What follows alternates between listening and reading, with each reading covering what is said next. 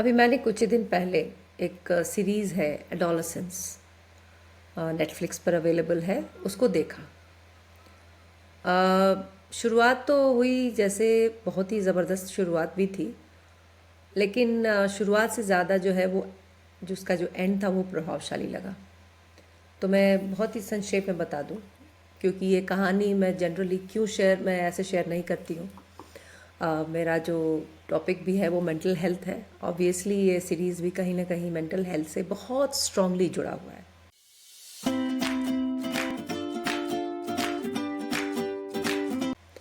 तो ये एक छोटे बच्चे की कहानी है, जो 13 साल का है, 13 ईयर्स ओल्ड। 10 to 19 को अडोलेसेंट फेज़ बोलते हैं लाइफ का।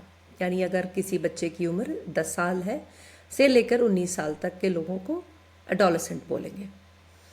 तो ये जो बच्चा है, इसके ऊपर शक है कि इसने किसी का मर्डर कर दिया, किसी लड़की का। और उसके घर पुलिस आती है और पुलिस जो है उसको पकड़ कर ले जाती है। और वो लगातार मना करता रहता है कि नहीं, उसने ऐसा कुछ नहीं किया, उससे कोई गलती नहीं हुई।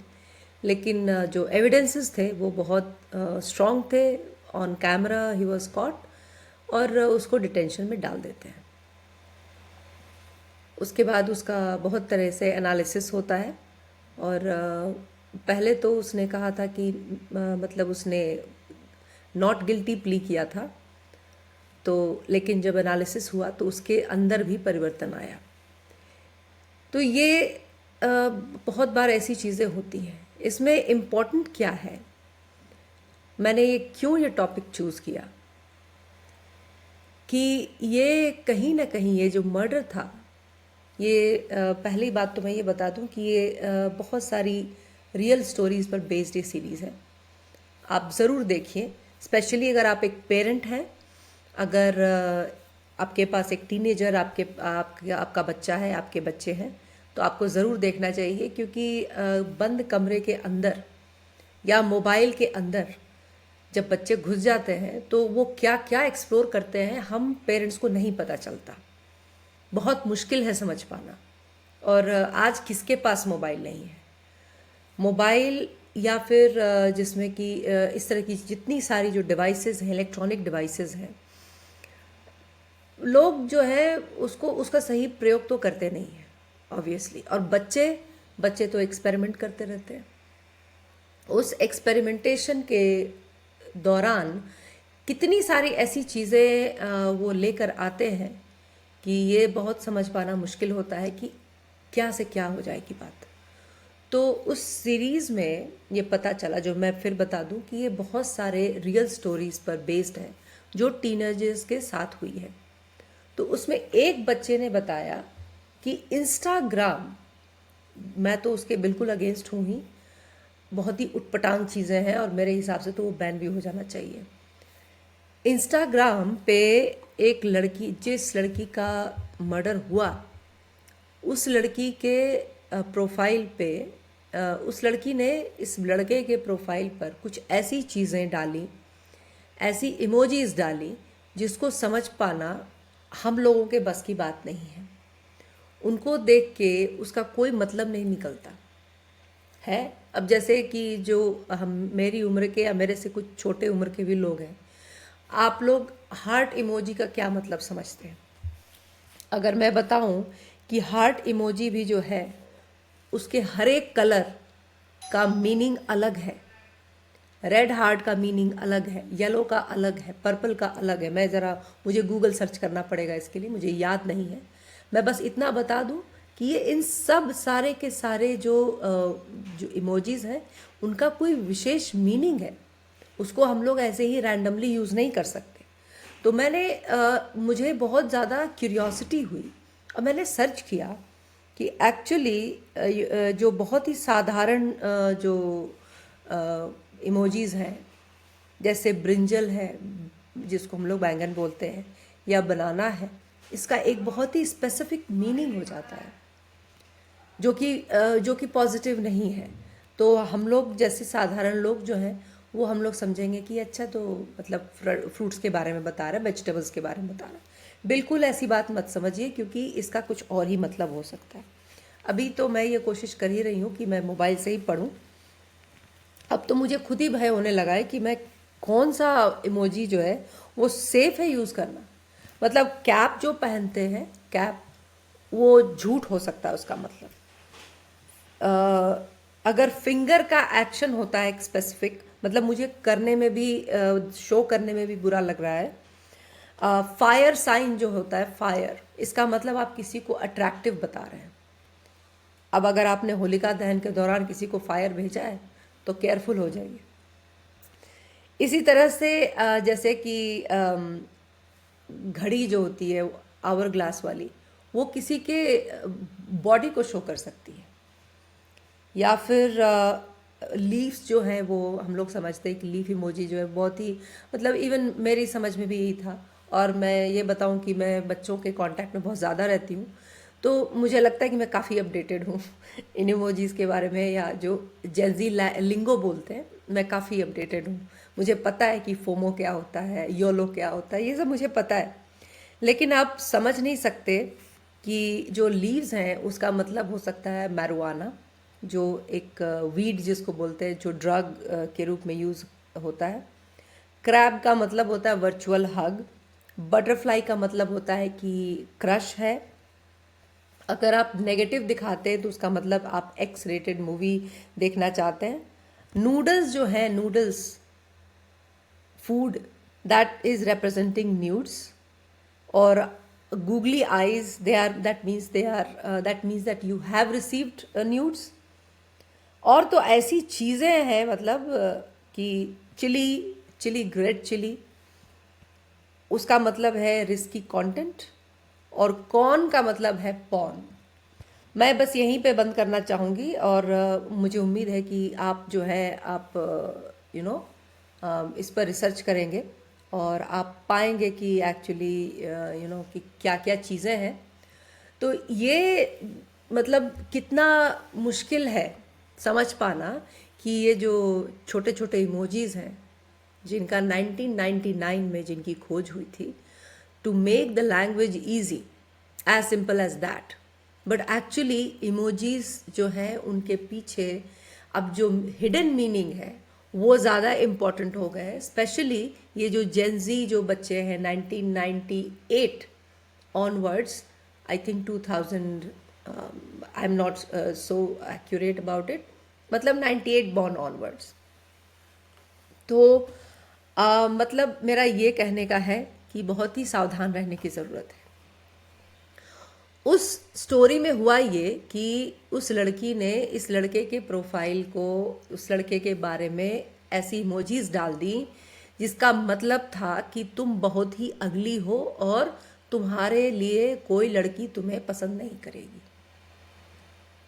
टीन एज है, सेंसिटिव एज है, और उस लड़के को तो समझ में आ गया। उस लड़के को ही नहीं, उसके साथ के और बच्चों को भी समझ में आ गया, और सारे के सारे जो है उसको मतलब हे दृष्टि से, मतलब नीचा देखना शुरू कर दिया।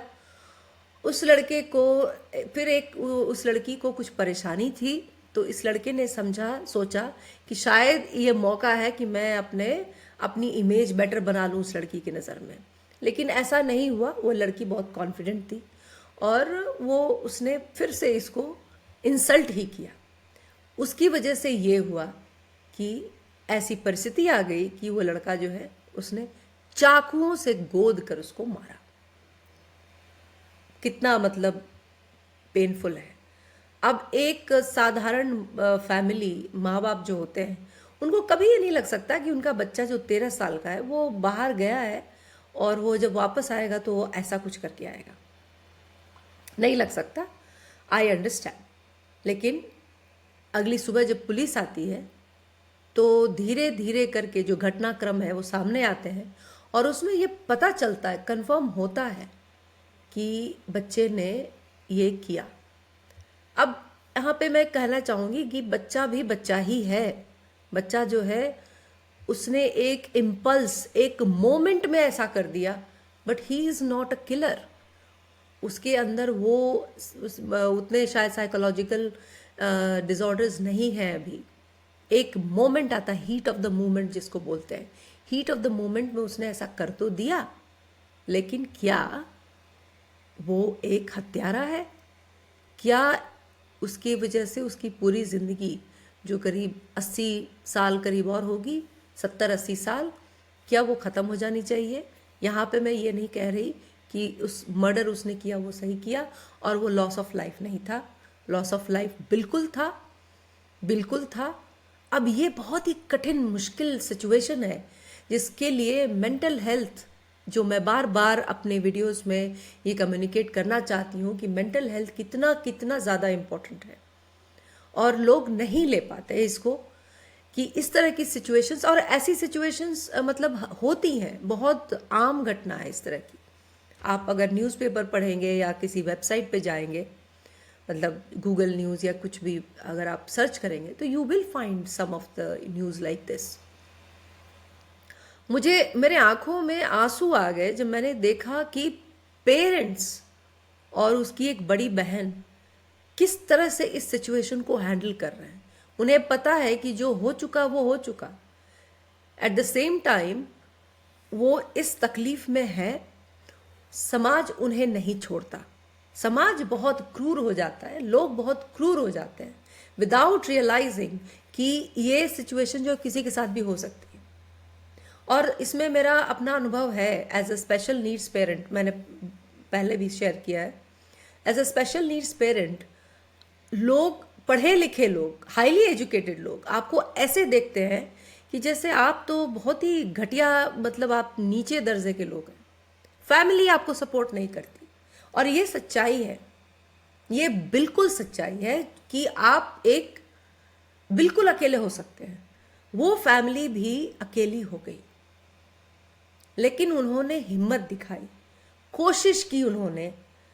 लेकिन और ये जो जद्दोजहद है, कोशिश, और फिर से डूब जाने की, डिप्रेशन में डूब जाने की, और फिर कोशिश, ये बहुत ही हार्ट टचिंग था, बहुत ही ज़्यादा हार्ट टचिंग था।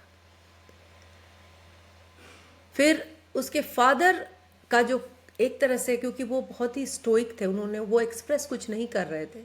जब उन्हें कंफर्म हुआ कि उनके बेटे से ये गलती हुई है, तो उन्होंने किसी तरह से उसको एक्सेप्ट किया। लेकिन एक्सेप्ट करना जो है ना, वो बहुत मुश्किल काम है, बहुत ही ज़्यादा मुश्किल काम है। इसीलिए एक्सेप्टेंस जो है उसको सीखना पड़ता है। आप या तो अगर आप इतने केपेबल हैं तो आप सीखिए, मेडिटेशन वगैरह भी हेल्प कर सकता है इसमें। Acceptance of the situation, acceptance of your self, acceptance of the loved ones, ये सारी चीज़ें जो हैं आपको ऐसे ही मिल सकती हैं। तो खैर, उन्होंने कहा, उन्होंने शेयर किया उस वीडियो उसमें कि उनके पिता उनको बहुत मारा करते थे और उन्हें कोई स्वतंत्रता अपने जीवन में नहीं थी। समझी जा सकती है, वो करीब 50 साल के उम्र के एक व्यक्ति थे, और ऐसा मतलब वो जब बच्चे रहे होंगे तो यही परंपरा थी, इसी परंपरा से बच्चों को पाला जाता था कि बच्चे ने कुछ गलती की, बच्चे को मारो, मार के सुधरेगा। अभी के टाइम में मार पीट तो खत्म हो गई है, कुछ भी पनिशमेंट बच्चों को ये भी नहीं है कॉन्सेप्ट। तो वो बच्चा इस उम्र का है, 13 ईयर्स ओल्ड है।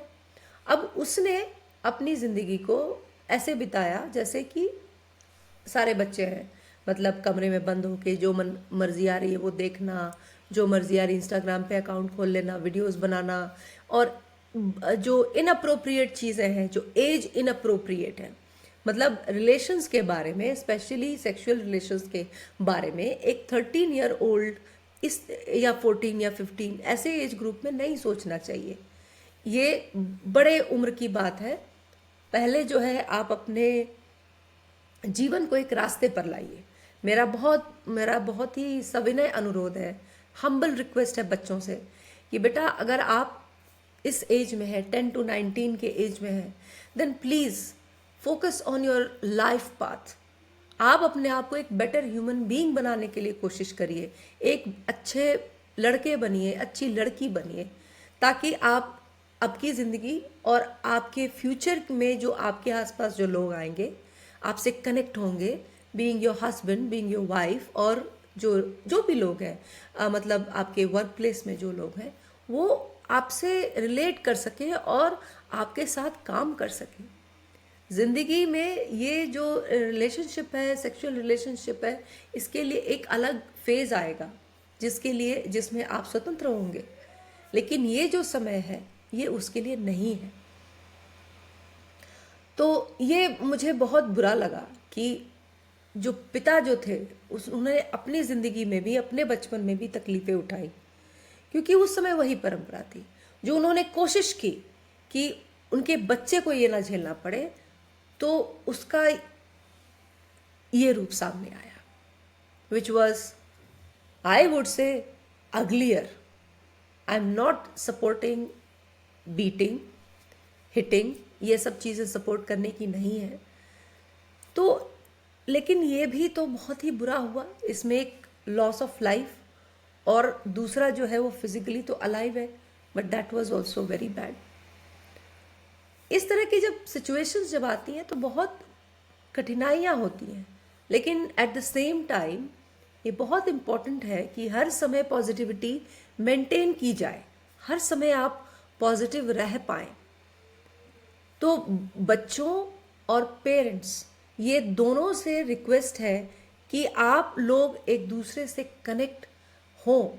अब यहाँ पर कैसे ये होगा?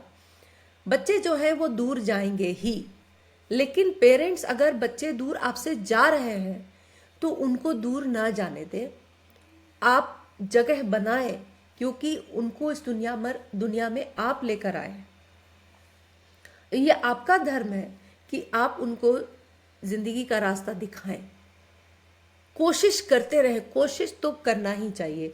तो अक्सर ऐसा होता है कि जब बच्चे जो हैं वो टीनेजर हो जाते हैं और अपने आप को रूम में बंद करना या फिर दिन दिन भर बाहर रहना, ये सारी चीज़ें जब शुरू कर देते हैं तो एज अ पेरेंट हम लोग रिलैक्स हो जाते हैं कि चल ठीक है, अपने फ्रेंड्स के साथ एंजॉय कर रहा है या पढ़ाई कर रहा है रूम बंद करके। I don't think that is right. आपको प्राइवेसी चाहिए, आप दरवाज़ा थोड़ा सा ये कर सकते हैं, लेकिन लॉक करके रखने का कोई ख़ास मतलब नहीं है। It doesn't make any sense to me at least. आप बच्चे हैं और as a child you were born in front of your parents and they were there always to support you.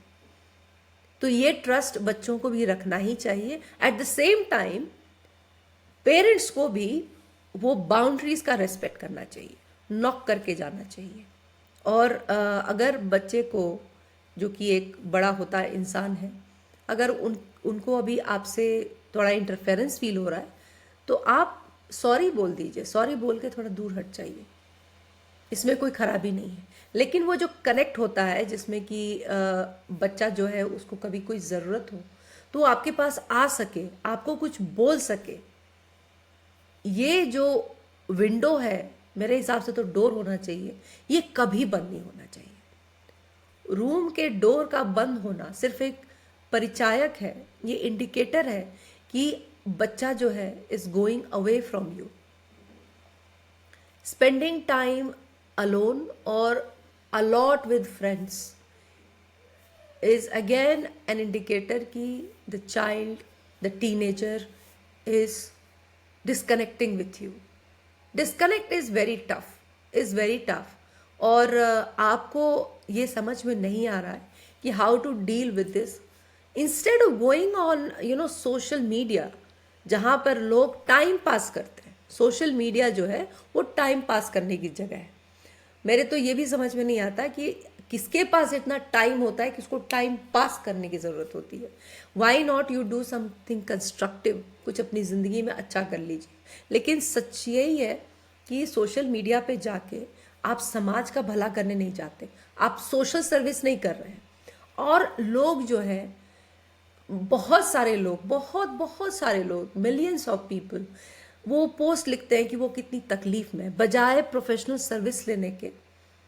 Professional service की जहाँ बात आएगी तो पीछे हट जाएंगे। लेकिन इस तरह की उटपटांग सलाह लेने में, जो कि उनकी ज़िंदगी इस पर डिपेंड करती है, लोगों को ज़रा भी हेजिटेशन नहीं होता, अपनी पूरी दुख भरी कहानी लिख जाएंगे और कुछ बहुत सारे दूसरे लोग कुछ का कुछ बिना बेमतलब की सलाह दे देंगे।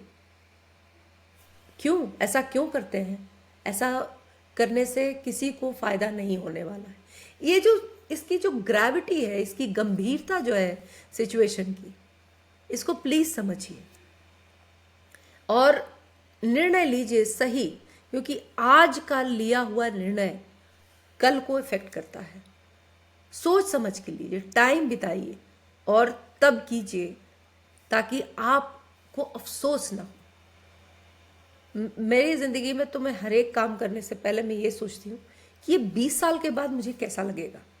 Will I be happy to do this? Will I be proud of myself to do this? और सच में अगर मुझे लगता है कि नहीं, probably I won't be, then I don't do it.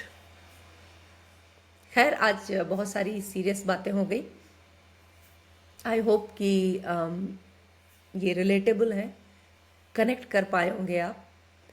यही लिंगो है आजकल मतलब वीडियोस का कि रिलेटेबल लगा, कनेक्ट कर पाए। आई होप कि ये हुआ हो। अगर नहीं भी तो आई रियली होप कि आप और आपके बच्चे दोनों आप लोग कनेक्टेड रहें, रिलेटेड रहें in true sense. Thank you so much for watching.